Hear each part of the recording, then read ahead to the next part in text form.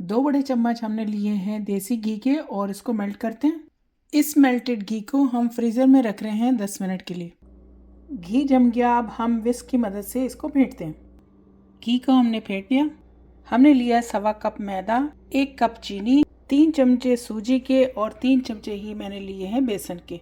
3 चमचे हमने पिसे हुए ड्राई नट्स लिए। चीनी को मेल्टेड घी के साथ हम फेंटते हैं। अगर आपके पास पिसी हुई चीनी नहीं है तो उसको पहले पीस लें। मैदे में बेसन को और सूजी को दोनों को छान के डालें। इसको भी हम चम्मच से दबाकर छान लेंगे।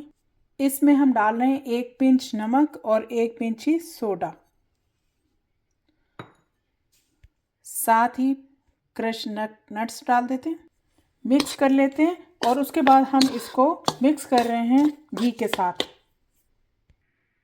ड्राई चीज़ें मिक्स कर ली हैं। अब इसमें मिलाते हैं 3 चमचे दूध के बड़े चम्मच, 3 चम्मच और हम इसमें दूध मिला लेते हैं। तकरीबन ये आधा कप दूध का किया। हमें कुछ ऐसी ही डो चाहिए, निकाल लेते हैं। अंडे की जर्दी को फेंट लेते हैं। ये हमने रफली सा आटा गूंदा, स्मूथ नहीं है। थोड़ा सा ट्रे को ग्रीस करेंगे और एक एक चम्मच उठाकर हाथ पे बिस्किट की शक्ल बनाते हैं। ब्रश की मदद से अंडे की जर्दी भी लगाएंगे और इस पर एक पिस्ता या बादाम भी रख देंगे, थोड़ा सा दबाते हुए।